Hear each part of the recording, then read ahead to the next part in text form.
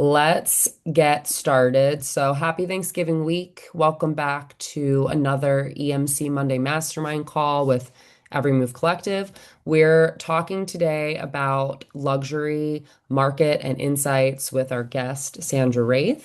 Before I introduce Sandra, I just want to remind everyone of who we are. So, myself, my mom, Eva, my brother Dylan, all on the call here, run a top producing team out of Westchester County, New York, and Connecticut and Los Angeles. We also run Every Move Collective at eXp Realty, which produces these bi-monthly masterminds. We do them on the second and fourth Monday of every month. We come together to learn together, network, and really just be in community. So thank you all for being here. Please be as conversational as possible. Today, actually, we're going to be keeping it more conversational. We want it to feel like a true mastermind. It's not really going to be like a presentation. So please hop in, ask questions, raise your hand, use the chat. If you can turn your cameras on, we'd appreciate it.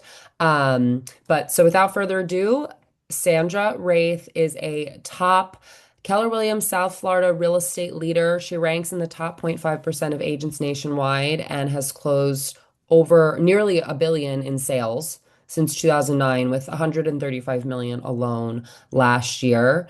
And she, is a real true leader within this industry and within her brokerage. She runs her own luxury masterminds that you should definitely check out if it's of interest to you to really break into this market. It's a great space to grow and remain connected and learning in that space consistently. But we're going to talk about how to transition from traditional to luxury, how to set client expectations, build credibility, really drive referrals in the luxury market. And so we've got a whole bunch of great questions that we think will reveal a lot of insights today. And so I'll let Sandra introduce herself and then we'll kind of get going. Perfect. Thanks so much. Of course. And you did a great job. I think the only thing I would add is, I am sunny Southeast Florida here. So we are from like Jupiter, West Palm Beach, Boca to Miami.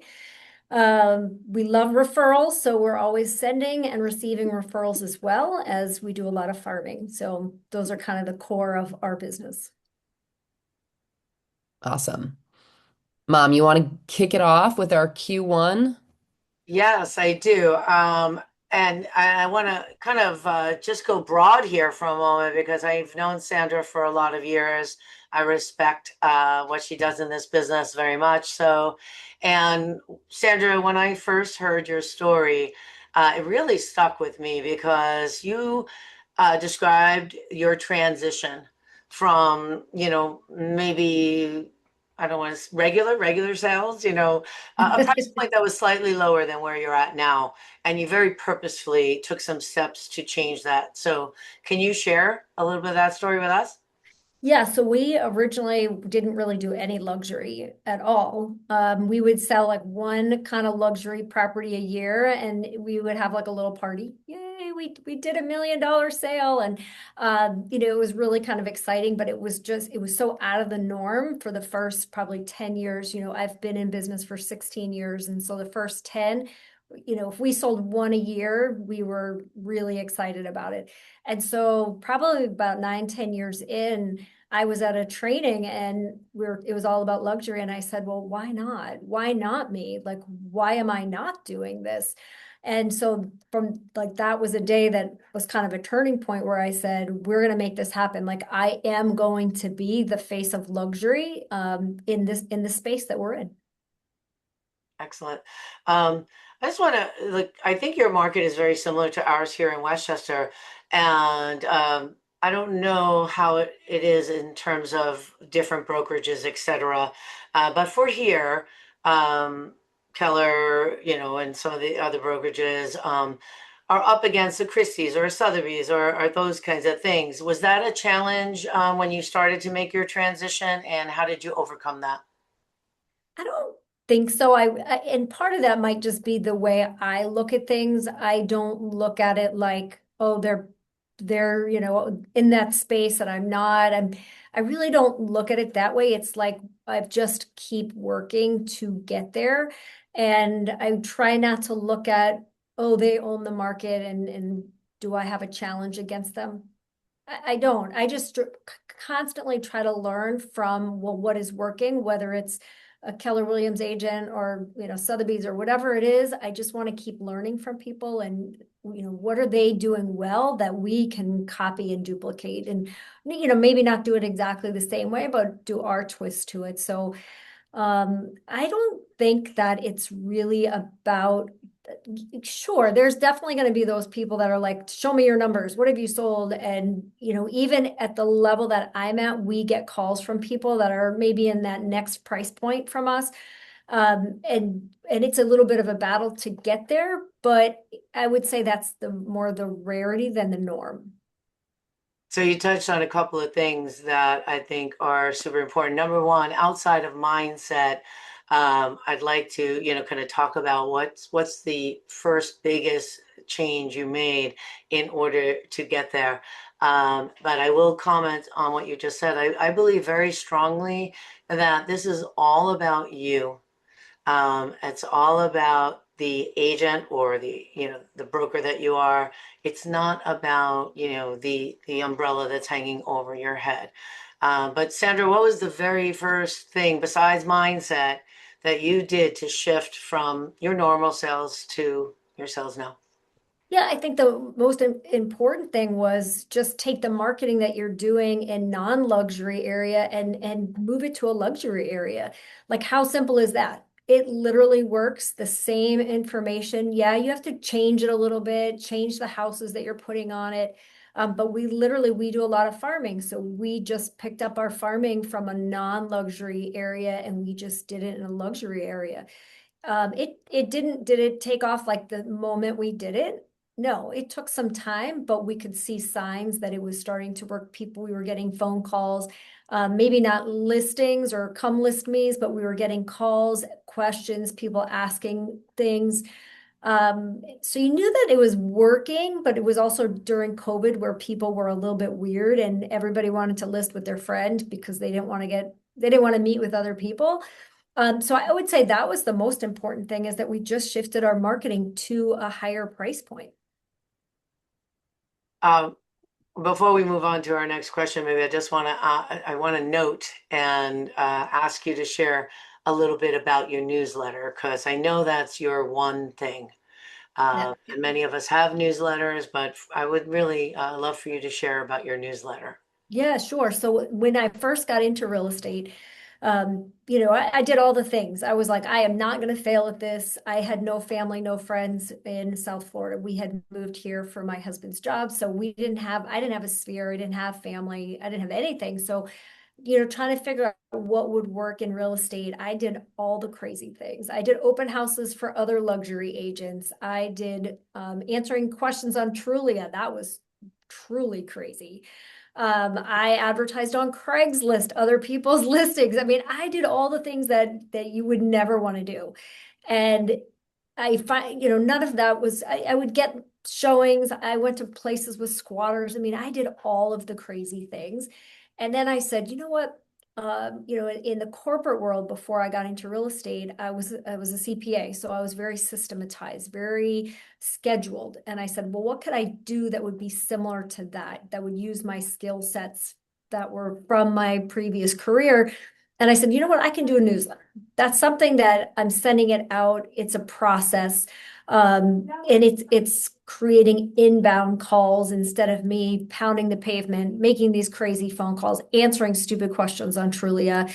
And so I started the newsletter, and it is my one thing because it has been, 15 years I've been doing that, and it's still our top lead source.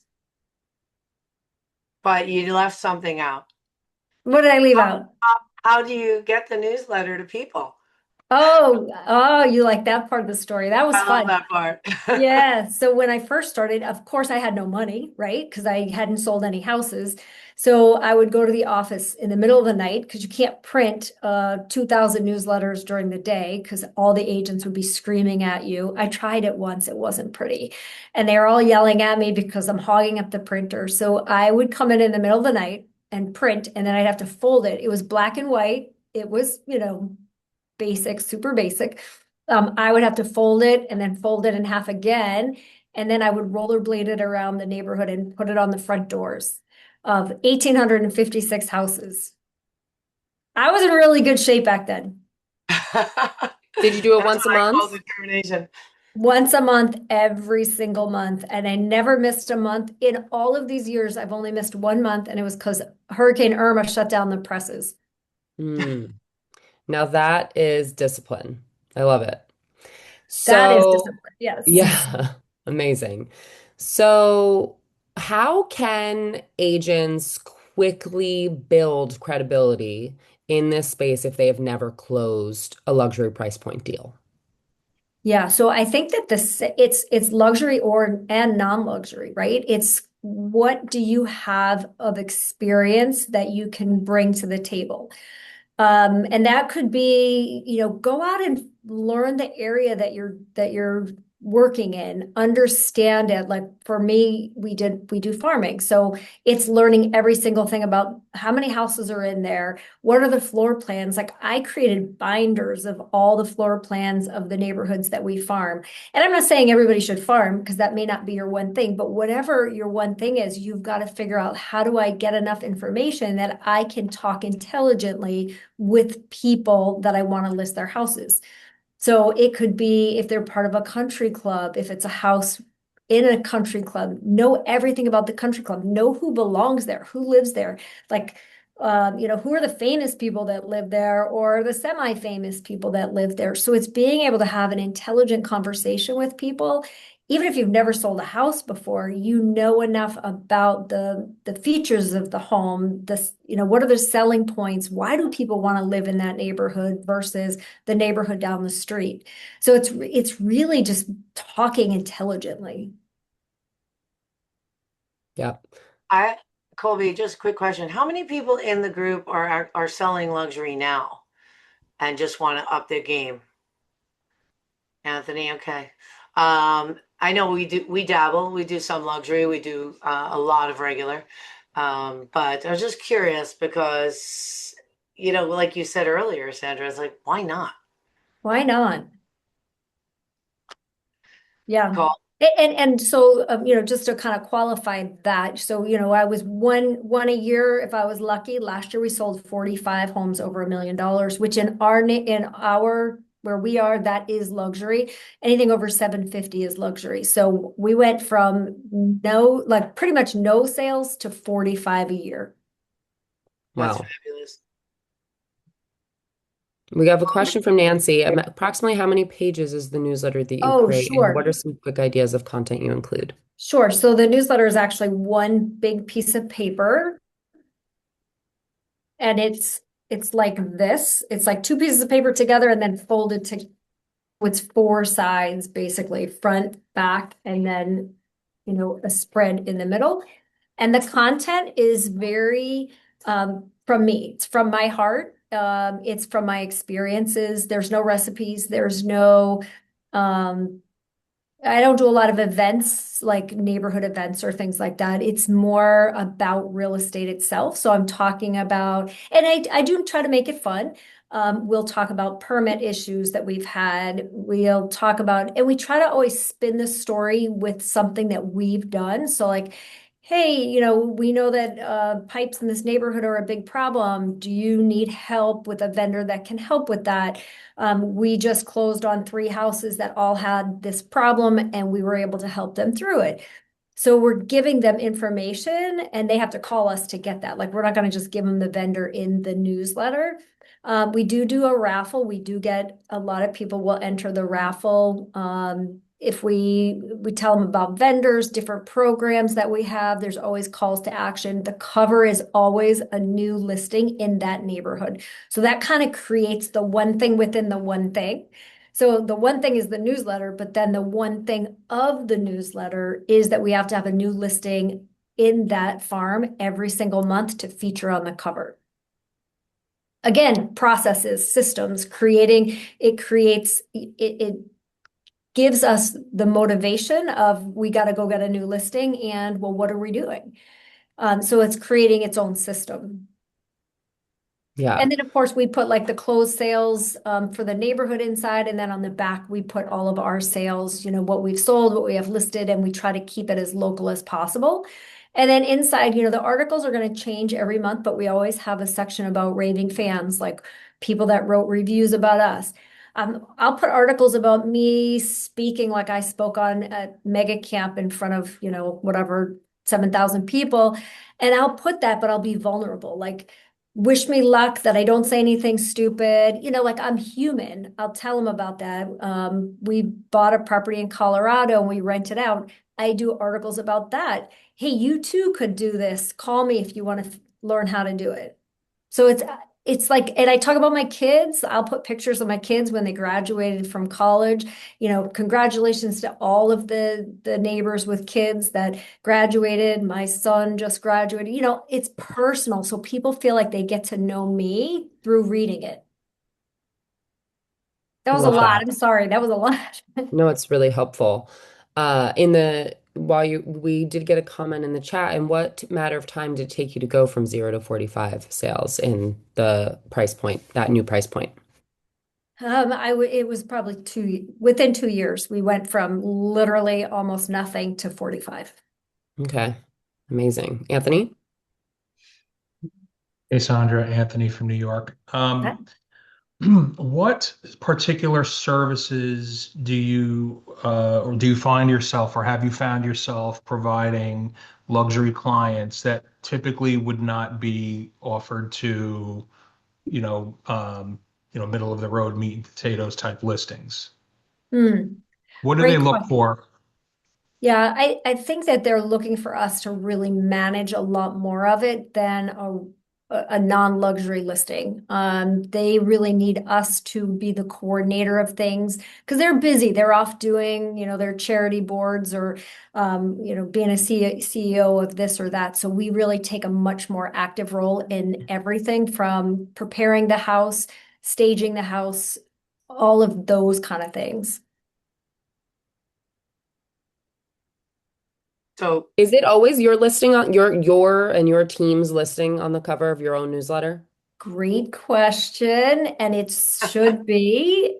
There's definitely some times where maybe that neighborhood is because we farm actually multiple neighborhoods at this point. We're at like six.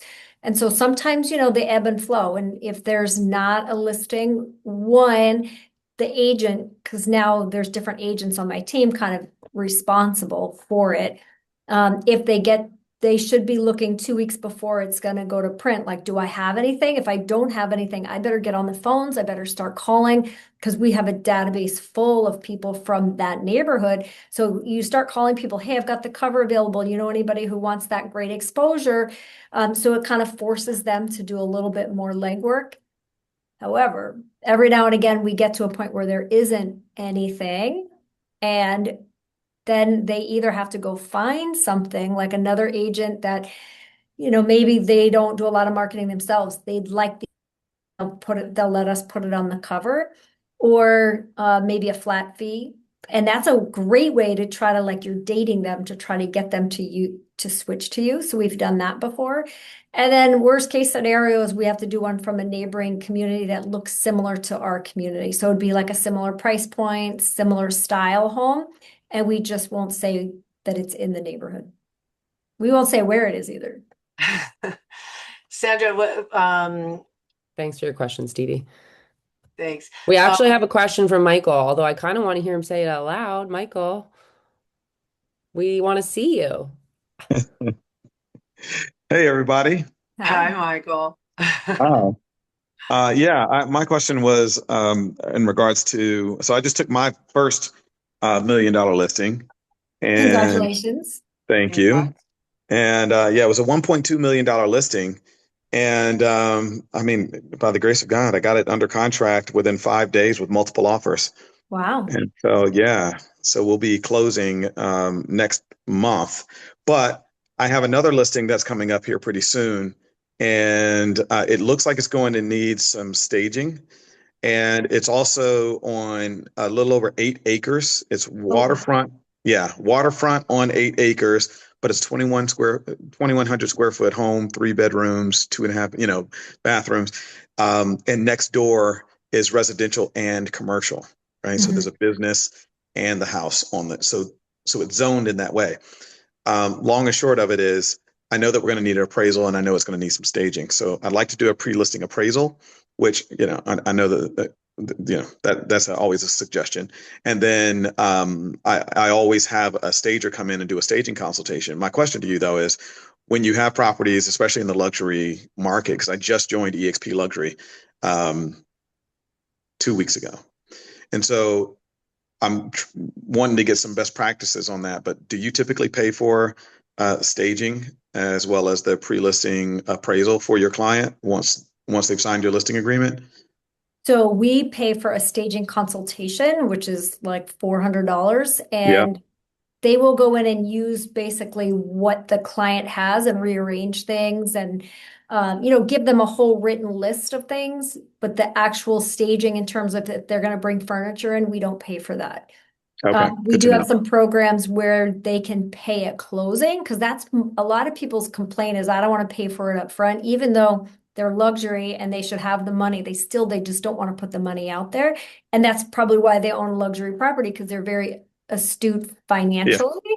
And so they, if you can get somebody who will allow them to put it on the CD or the HUD or whatever, then that's what we try to do. Okay. All right. Yeah, I do that currently for clients that were not luxury. So that's good to know that that's what you're doing still in luxury. Yeah. And with it was appraisal was the other question, right? Yeah. Pre-listing Yeah. appraisal. Yeah. Yeah, with that, if they're hesitant to do it because they don't want to spend the money, we will pay for it, but we're going to pay for it at closing. So they're going to pay for it up Okay. front, and then we'll pay for it at closing. I think that with luxury, you can get yourself into a situation where you're ending up paying for a lot of things and the property may not close. Now, your Correct. market's a little bit different than mine, where we're having a lot of expireds and canceled in our area. I know you guys, things are flying off the shelf a little faster. So, you can be the Oh, judge. Michael's in your state. I'm sorry. I'm in Orlando. So no, it's Oh, not flying off the market Yeah, yeah. here at okay. all. Then you're In with New Yeah. me. York. She's Okay. talking about us. Yeah. So Oh, for sure, I would wrap that into the closing so that you're reimbursing at closing if you're going to pay for it rather than paying for it up front, because you can really get yourself in, a couple $1,000s very quickly. really quick, really quick. Okay. All right. Good to know. And if those are the agreements, then you just put that in the additional terms on your listing agreement. Yep. Okay. Yeah. And if you're All right. paying anything up front, you've got to have a whole different agreement, and you want to, have your broker and an attorney look at that to make sure that you have the ability to go after them if it doesn't close. Sandra, Good. are you charging a much higher commission rate or higher than average in general? So we actually try to go in at 3.5% on the listing side. We don't always get that, but we do, like, our paperwork actually has 3.5% on it, and we start there. And so that way, if we're discounting, hopefully we're not getting below 2.5. We're not going below that.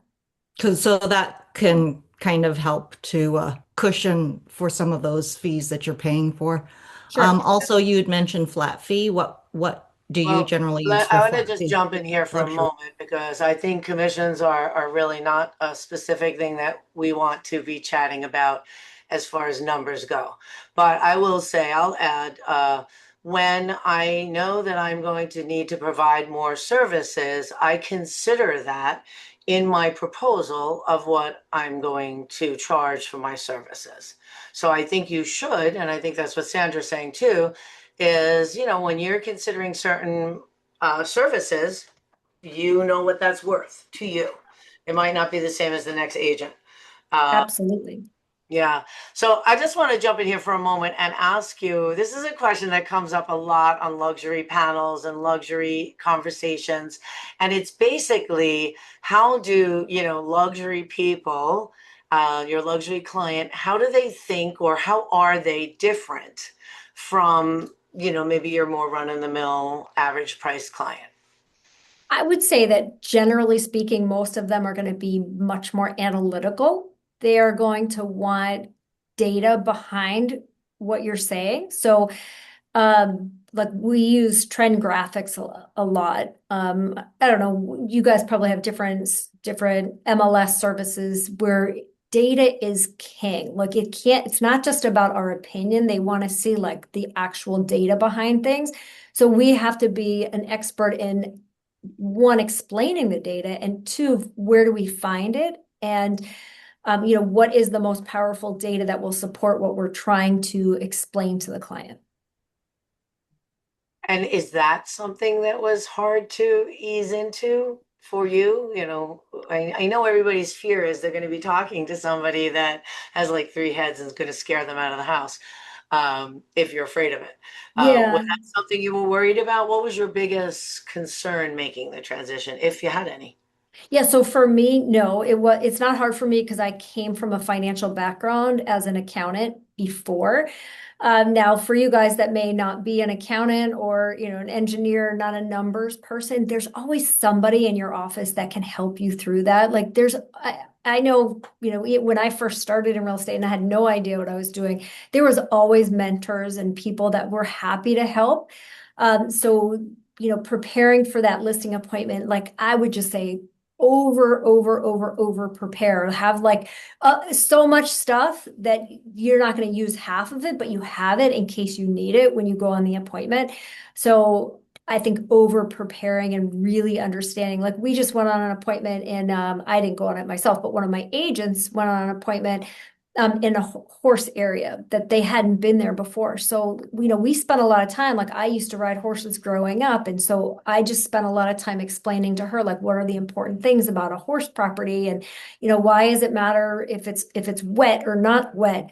And there's trees and there's electricity and like, what are all those important things? So there's always somebody that knows more than you do that you can tap into. And it's up to you to take the time and effort to find that person who can educate you enough that you sound smart when you go on the appointment. It almost sounds like, when you first get licensed, right? And you're going on your first listing appointment and you're, super not knowing what you're going to say. And I was on a panel recently, we were talking about teams, and I said, how many people here have a team? And then I said, well, everybody here has a team, even if you're a solo agent, right? Because there's I always love it. somebody to reach out to support you in one way or another. And that it sounds like Absolutely. that's what you're saying. Yes, 100%.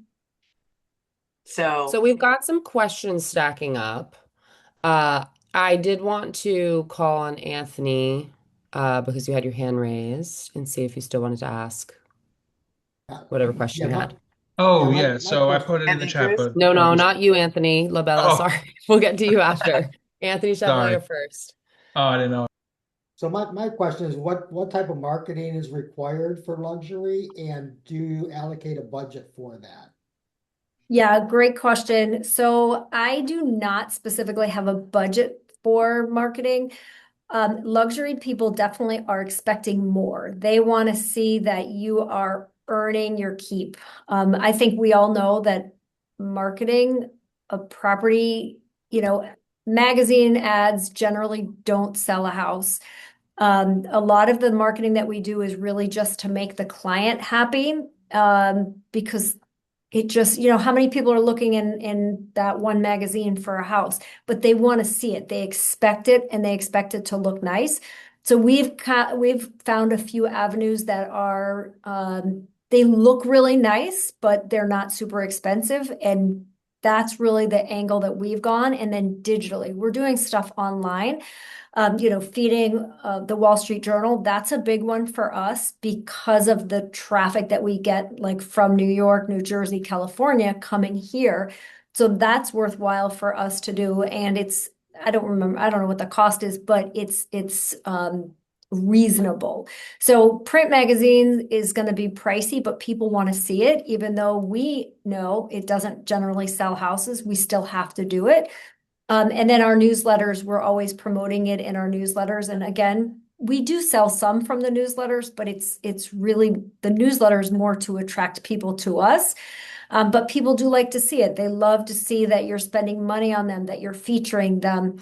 We even had one seller who it was a $5 million property, and there's like a little penny magazine, whatever I forget what it's called, but it's very, very local. And they insisted that we put an ad in there. We're like, oh, it's not going to bring the seller, but that's what they wanted to see because they'd been looking at it for years. So we did it.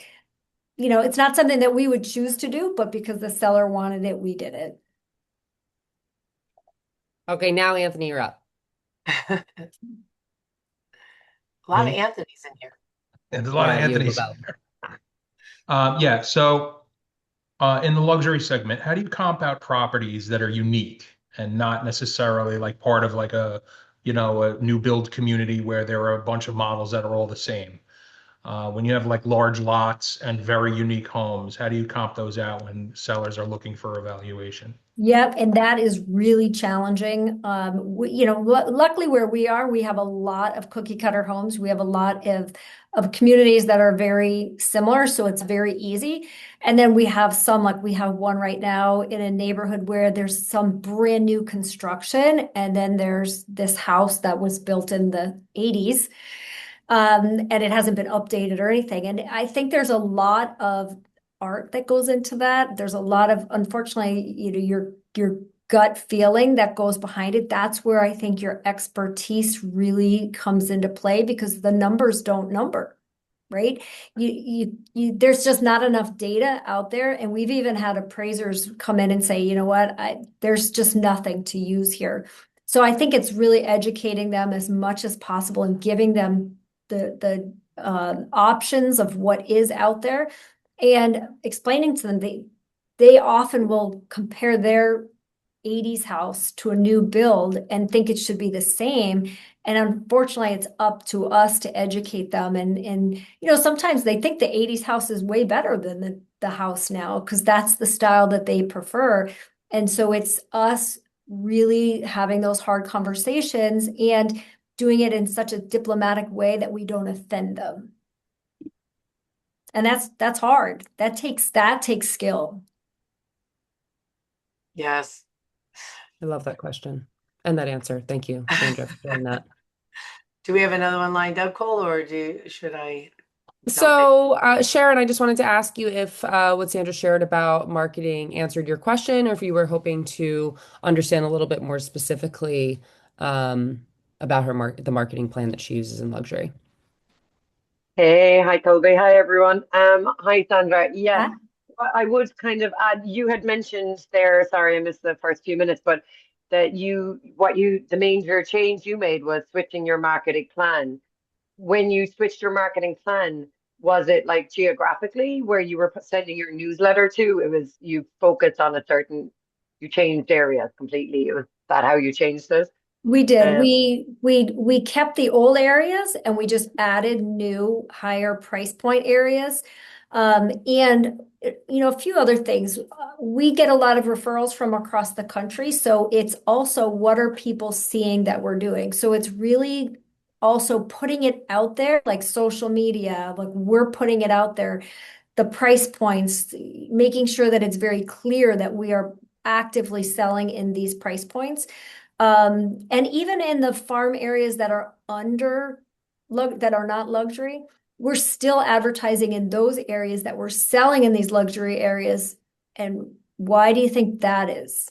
so that they move up to that one, they're going to call you. Yeah, that's smart. Okay. Yeah, because we had a lot of that happening where people in our farms were moving to other areas. Now, some of them were using us to move to other areas, and some of them were thinking we were only selling in that neighborhood. Like, oh, you're a $500,000 agent, not a $1.5 million agent. So then when we started doing cross marketing and having conversations through our newsletter saying, hey, you know what, we just moved John and Frank from the $500,000 neighborhood to the 1.5, we can help you do the same thing, right? And we talk about cross-pollination of like, if you're looking to get to a different school system, we can help you. So it really was trying to take an all-inclusive look at how do we attract the people that are moving from the lower price points to the higher price points.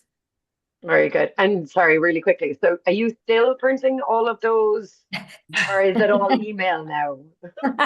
Are you still rollerblading? I'm not rollerblading. Thankfully, I'm not rollerblading anymore. But we are still doing the print. That is still our one thing. We do send them out digitally, but the results are in the print. It's the craziest thing. And I know everybody says print is old and it doesn't work. I mean, we have in GCI gross commission income over probably 2 million a year just from the newsletters. And do you drop them at the door or you do them as mailers now? Yeah, now they're mailers. They're sent Okay. through EDDM. So if that's something that you're considering doing, definitely look at EDDM. It's a lot cheaper and it's through the United States Postal Service. I actually feel like now over the years, because physical mail has decreased and we are so digital and so much of what we do, that now like my mailbox isn't that full, you know? And so it would get seen, like it Yeah, wouldn't get tossed if there was something really truly valuable in there, like it would not end up in the bin because I'm not really getting a lot of mail. right. Or, Yep. It stands out a little bit more now. yeah. I Michael? really, I'm sorry, again. It looks like Michael has his hand raised. Which one? Collier. Yeah, it was me. But no, go. You go. I think you were going to tack onto that point. So go ahead and I'll ask my question. Well, I was just going to say that it's really interesting what you said about the cross marketing, because my business has always been a mixture. Mhm. You always have like two or three above 1.5 to 2 to 3, but most of my stuff is lower. And a lot of my coaches have said to me, pick something, and go for that. But I love the cross marketing because then you're not leaving your old clients behind. You're teaching them how to move into another sector. Right. Really love that. Yeah, Thanks. my question was, can you tell us about a time where you that you put your best, gave your all to your listing appointment and you did not get it, and maybe an agent that you do know got it, somebody that was not on your team, you got it. How do you handle that? And then also, is there a time where you wanted the listing and had the conversation with the seller, but had to end up walking away and did not take the listing, maybe Yeah. because they wanted to overprice it? Yeah, absolutely. So after every listing appointment, whether it was me or my team, at this point, I don't go on listing appointments anymore, but my team does, and we brief after it every time. So like my top listing agent on his way home from every listing appointment, he calls me and he tells me what happened, if it was signed or not signed, and kind of what the experience was. And then if we don't get it signed, we always ask the client what could we have done different to earn your business? So I would say that's super, super important. That's the only way that you're going to learn to get better. Like you can have a feeling in your gut of what went wrong, but it could be something totally different. So I remember back when I was still going on listing appointments, I went on an appointment and I thought I got it. I thought for sure this is it. They loved me. But we didn't really talk about we talked a little bit about how the property was going to be shown, but she wanted to hear that I was going to be there for every single showing. And I used to live in the neighborhood and I had moved, 20 minutes away, and my competitor basically threw me under the bus and told her that, well, she doesn't even live here. I live here and she's not going to be here to show your property. And I did not get it. So I definitely learned from that because I asked the question afterwards, why did you choose to go with her and not me? And that was the big reason. And it was something that I didn't talk about it. And so that made it very clear to me that that's something that I have to make sure I cover in my listing presentation or in my questions, like what's important to you. So we're always having that conversation now and not saying that we won't be there. Like we need to hear from the client, what's important to them? And if that's important to them, then we need to find a way to make it work.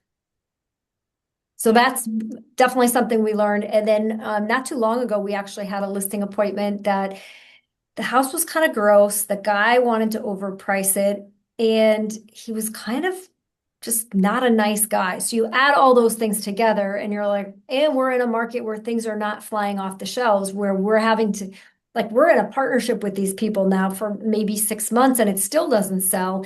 And you got crabbiness and overpriced and grossness. And you're like, this is a mixture for disaster. Yeah. And we were up against actually another really big Keller Williams team, and he was very transparent about, I met with this person and this person, and we literally just said, well, you know what?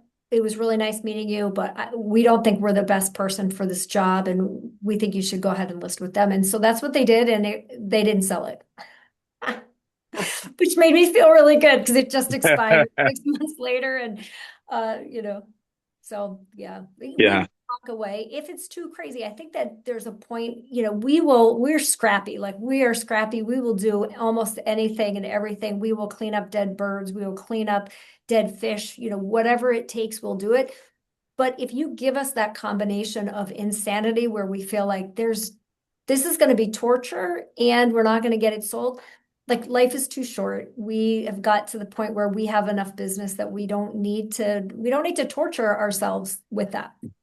Thanks for answering that, because in the luxury division, you're spending a lot more money than you would on a general listing, right? Because you have this luxury listing. So Yes. it's more money out of pocket, but then you also don't want to create a prison for yourself. And you feel like you almost wish that you didn't take the listing, but then it's also hard to walk away from it, because we can all do, we can all do quick math on what our commission would be on a property listing. Absolutely. And I will tell you one other thing, kind of on the opposite side of that. There are listings that we will take that we know we probably won't sell because the price is probably a little bit too high, and we know the seller is a little stubborn on it. But we still may take that because it might be a great marketing opportunity. So, for example, we have an $8.8 million listing that I don't know if we'll sell it or not. It's beautiful. It gave us a lot of great marketing opportunities. I think that it's in the right general price range. It probably needs to come down a couple $100,000 and we could probably get it sold. Right now, our seller's a little stubborn on that, but I still feel like it was worthwhile because we've gotten a ton of social media out of it. We've created brochures that we can take with us on other listing appointments. We have a sign in the front yard. So there's a lot of opportunity that property is creating. And, it opens a little bit of a network potentially with that seller, that maybe we meet another seller and he's a nice guy. So, you got to look at the whole package, and sometimes it's worth taking something that you're not sure that it will sell because of what else it could bring to you. Yeah. Great point. Thank you. I would just add to that, Sandra, that, for me, you have your niches, right? Your different areas. But for me, there's one or two areas that I really want to be in. So if the house is in one of the areas that I really want to be in, then I'm going to be more likely to do something like that.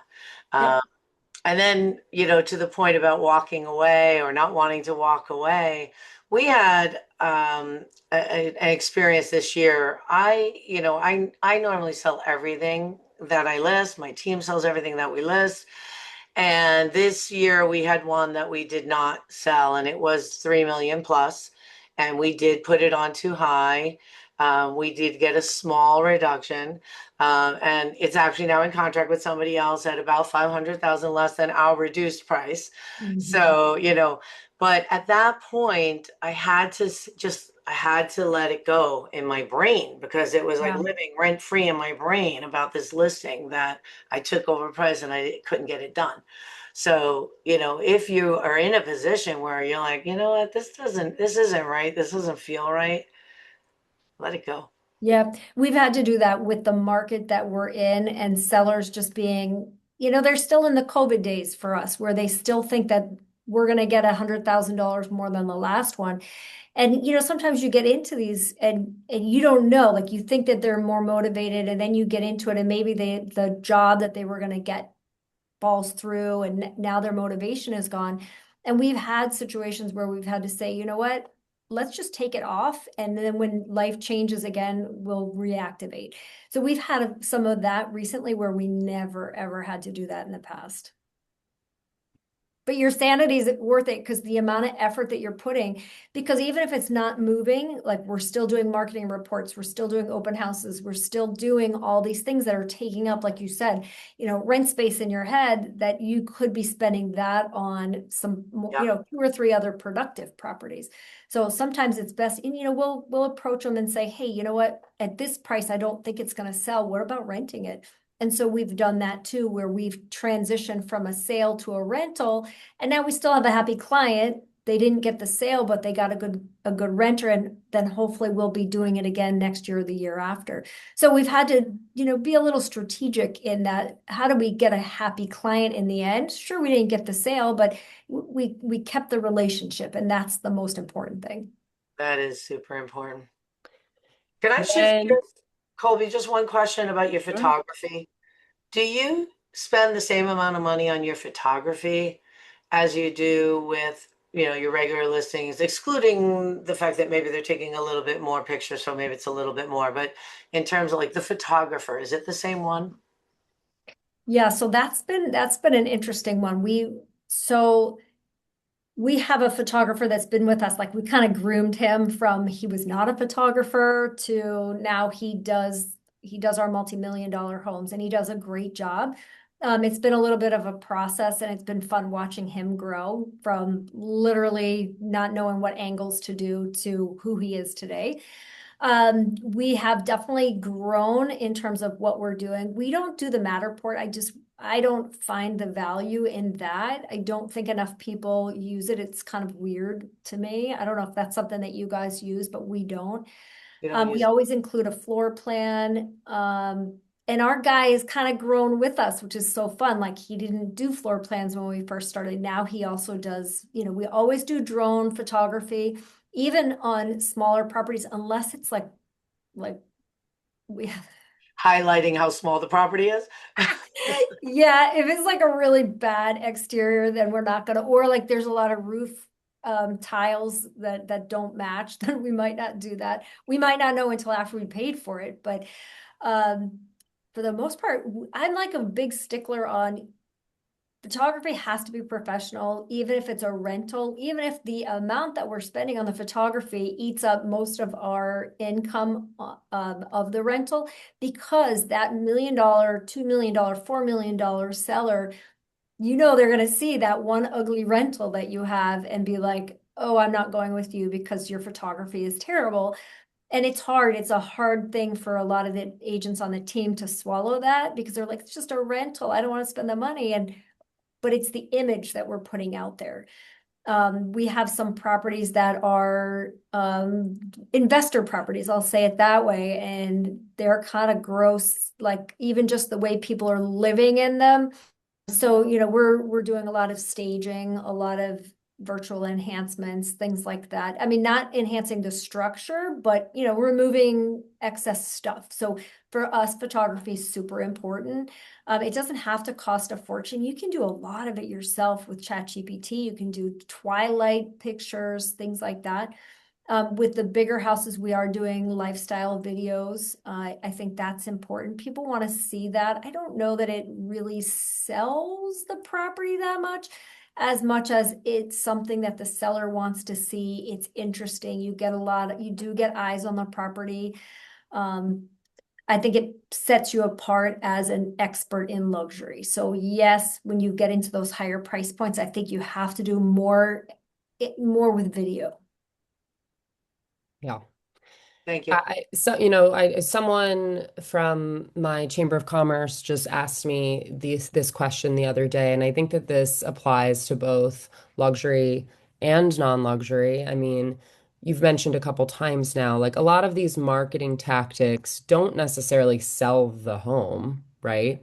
But they're a marketing opportunity to develop your business and to, prove your credibility, scale and expand your clientele and build trust with other realtors so they think of you when they think luxury in that market. But at the end of the day, I mean, how many times have you sold a home from a post on social media? I mean, I guess there are people out there that are doing that, but Yeah, every now and again, I've run across a few that I'm like, oh, I don't think I saw that on the MLS. And then, but for the most part, yeah, it's right. not. Yeah. So I think if you think of marketing as like making sure that your clients' needs are met and an opportunity to, you know, further develop your business, that's a really great kind of like combo way to approach it. Yeah, You and know, I think Sandra, that I think that what's really important with marketing is that it's not necessarily how much you do, but it's how does it look? Like it has to look just phenomenal. Like it has to be really, really nicely done. We do for the in the houses, we have luxury brochures that we do that there is a price break for us. Anything under $1 million, we're doing one set of materials that we're printing in-house, and then over $1 million, we are ordering it out, and they're, you know, luxury brochures. I was going to say that because I heard you speak at Simon's and you had mentioned that you had Yeah. markers for certain things. Yeah. Yep. So, are there particular ways in which you, outside of your one thing, which is your newsletter, are there ways that you keep in touch with your luxury clients over the years and over the months to really kind of nurture that repeat referral business with clients and not just agents? Yeah, so we are really big on staying in touch with people. It's a relationship business. Farming is a relationship business. And so every holiday we are encouraging the agents to do text messages, and they're not just like happy holidays. It's asking a question to create conversation. So it's, you know, hey Frank, you know, I hope you're going to have a great Thanksgiving. I'm having Thanksgiving with my family. Are you doing anything special? So like you're always asking a question so that hopefully they respond. A lot of times they don't, but if they do, now that's opening a conversation. And so you're having a dialogue. It might be over text, but you're having a dialogue. We also throw a few events. I'm not a huge event person because I'm not the extrovert. I am the introvert. Like that's why I do a newsletter, because that people come to me.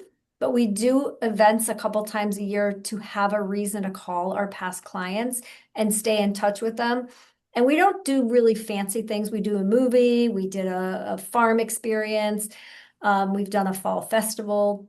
Things that are just kind of fun and child friendly for the most part. And you know, a lot of people don't come, but they love the invitation. They appreciate that we're inviting them, and it gives us a great reason to call people rather than like it gets awkward after 3 years. You know, you sold their house 3 years ago. We're like, what are you saying to them? It gets weird. So now we have the events where we can invite you to that. We do charity things, so we'll ask, you know, do you want to donate for, you know, backpacks for the less fortunate, things like that, that gives them inclusion in what we're doing. And not that a lot of people participate, but they like that they're being invited to these events. Yeah, I would say for those of you who are interested in doing something like that, you don't have to invent your own wheel. For example, we you know Marco Gomez, and we jump on his bandwagon because he actually delivers gifts to 2 schools with underprivileged children. So sometimes it seems like it's too big of a Yeah. task to do. But if somebody's doing it around you and you can just build off of that, I think it's fabulous. And there's so many different ways to do it. Yeah, I love that because we will couple with our office, like when our office does Toys for Tots or something like that, you know, we'll make it our own and we'll incorporate that in our marketing. But the office is the one coordinating it. And then same with HOAs. If an HOA is doing a fall festival and they'll allow us to sponsor and be part of that, amazing. Like if we just give them a fee and we bring our table and they do all the other things, it's a great way to connect with the community. Yeah. And sponsors too, you know, I've changed my conversation with sponsors around a little bit because you know, when you're doing an event, it's an opportunity for everybody.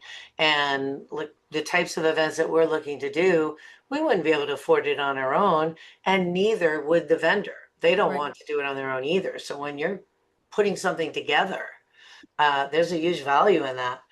And that makes it easier too. So if people are interested in events, it's a great way to go.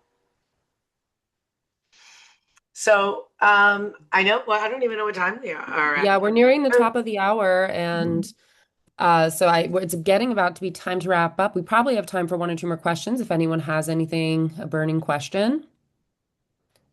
We covered a lot. We really did. Sandra, you've been amazing. Thank you, everyone, for your questions. Yeah, Anthony. I do have Yeah. one, Eva, Sandra, and everybody, is it open houses for luxury? I haven't done one, and I see that there are banners, branded banners and all that stuff, but I think luxury, some clients might not want all that, you know, decorations and all that stuff in there. How do you go about scheduling and arranging your open house? And what do you list for them to pick from? Like, do you want a sign? Do you want a banner? Do you want waters served? Things like that. So I think you learn a lot about that just during your listing presentation and asking questions and getting to know them. I think that the biggest mistake a lot of agents do is that they don't ask enough questions. And it's not, do you want this or do you want that? It's understanding what's important to them.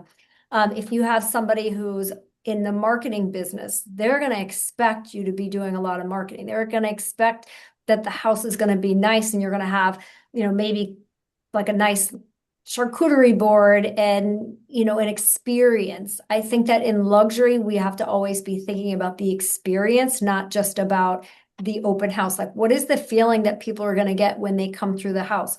Are we playing music and making sure that it feels luxurious? Are we, cleaning up things? Like, you could have a $4 million house that still doesn't show well or feels dirty. So it's up to us as the professional to make sure that our client is taking care of those things, or we have to do it for them.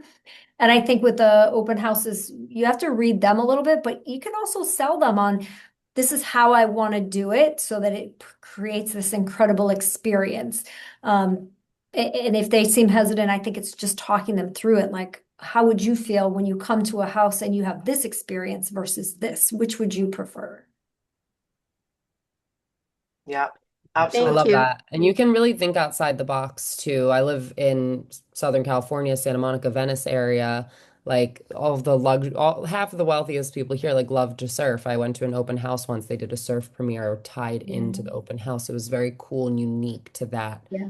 owner, because they were a surfer and they, Yeah. wanted that experience. So you can think outside the box. We might have time for your question, Anthony. You might.